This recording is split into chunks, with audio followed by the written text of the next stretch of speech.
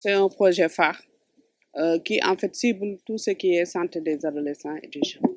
Donc c'est un programme qui regroupe en fait des projets qui ont été mis en œuvre avec l'accompagnement du ministère de l'Enseignement supérieur. C'est des projets de recherche. On a 5 projets de recherche, action, donc qui reposent en fait sur des bases scientifiques et également 11 projets qui en fait ont été coachés et dirigés avec les associations, mises en œuvre avec les associations de jeunesse. En fait, nous gérons en fait tout ce qui est politique et stratégie au niveau du ministère de la Santé de la Santé de la mère et de l'enfant et qui cible en fait spécifiquement la politique liée à la santé des adolescents. Le programme ADOS entre en droite ligne avec les stratégies mises en œuvre au niveau de la direction de la santé de la mère et de l'enfant. Et en fait, c'est des questions de santé de la reproduction, parmi lesquelles faire en sorte qu'il y ait un accès équitable à tous les adolescents et des jeunes à des services de santé et de qualité et adaptés en fait à leurs besoins. Parce que nous nous sommes rendus compte qu'il y a beaucoup d'adolescents qui n'arrivent pas à accéder correctement aux services. Ensuite, qu'il y a un défi à relever, ce défi est lié à tout ce qui est information sur la santé et de qualité. Il y a également des questions en fait qui sont prises en compte dans ce programme et qui sont liées en fait aux questions de violence basée sur le genre, de lutte contre les grossesses et les mariages d'enfants. En fait, c'est des questions qui sont essentielles parce que la santé, en fait, est une priorité au niveau national. C'est vrai qu'on a eu autant à développer des stratégies pour les femmes et les enfants, mais quand même la cible adolescente était un peu laissée en rade. Donc, nous nous sommes rendus compte que quand même il y a beaucoup en fait de défis à relever dans ce sens-là, puisqu'on a une population qui est extrêmement jeune. Donc, cette population doit être prise en compte parce qu'ils font partie en fait des populations vulnérables. Donc, ces adolescents jeunes sont confrontés à beaucoup de problèmes, des problèmes liés en fait à la gestion de l'hygiène menstruelle, des problèmes liés aux grossesses, parce que nous avons un rapport qui est fourni chaque année sur les grossesses, mais surtout en milieu scolaire. Il y a aussi les adolescents et les adolescentes qui vivent en fait dans le milieu communautaire et n'ont pas accès effectivement aux services. Il y a également des questions de violence faites aux femmes et aux filles.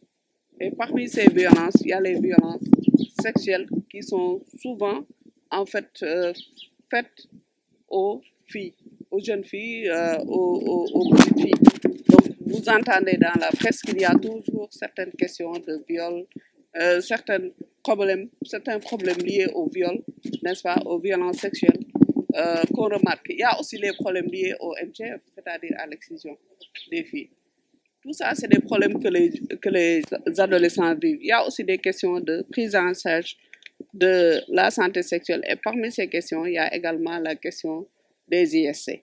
Donc, c'est des problèmes auxquels il faudra peut-être trouver des réponses parce que nous avons une situation sanitaire qui nous fournit en fait toutes les informations nécessaires, des données probantes qui montrent que ces adolescents ont besoin d'être pris en charge. Voilà, maintenant, il y a le poids peut-être des croyances de la société aussi. Parfois, certains jeunes, ils sont stigmatisés quand ils vont dans les structures de santé.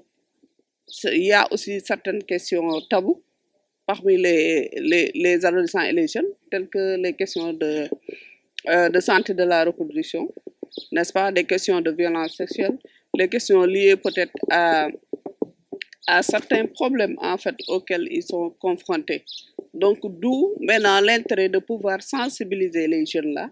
Et nous avons trouvé des stratégies pour que ces adolescents là soient sensibilisés par leurs pères adolescents. C'est pourquoi vous avez en fait une multitude d'associations de jeunes qui œuvrent dans ce sens-là. Et ils font un excellent travail dans ce sens-là pour accompagner le ministère de la Santé et de l'Action sociale. Le CRDI, le Centre de recherche pour le développement international, sa mission principale, c'est de soutenir effectivement la génération de données probantes et surtout leur utilisation pour les politiques et les pratiques. Et donc, ce qu'on fait effectivement, c'est de travailler avec nos partenaires, que ce soit au niveau du gouvernement, on a le ministère de la Santé et de l'Action sociale, ministère de la Famille et des Solidarités.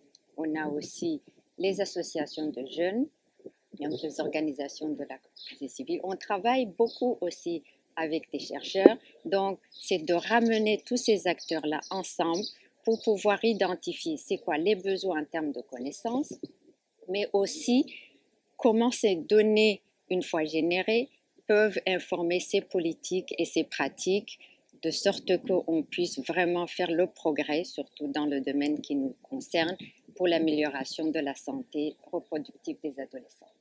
Peut-être, il y a beaucoup de résultats, je ne peux pas rentrer dans les détails, mais peut-être quelques aspects, peut-être 3 points que j'aimerais souligner principalement. Le premier, c'est l'importance de la recherche, l'importance des données probantes dans la prise de décision pour informer les politiques et les programmes. Ça, c'est très important parce que ça aide à identifier les meilleures interventions, les interventions qui marchent, qui sont pertinentes et durables. Le deuxième point que j'aimerais souligner aussi, c'est l'importance de cette collaboration, de ce partenariat, de cet aspect-là de multisectoralité, de multi-acteurs. Un seul domaine ne peut pas vraiment résoudre ces enjeux. C'est des enjeux qui sont très complexes et donc il faut tout le monde ensemble pour pouvoir y porter des solutions. Et en troisième, dernier et plus important encore, c'est dans le cadre de cette amélioration de la santé des adolescentes, il faut que ces jeunes soient au centre de toute activité, de toute prise de décision. Donc, on les a vus, sont très motivés, leur leadership n'est plus à questionner, donc faisons-leur la place, donnons-leur la place, écoutons-le pour qu'on puisse mieux faire et améliorer leur santé et leur contribution au développement du Sénégal. Merci.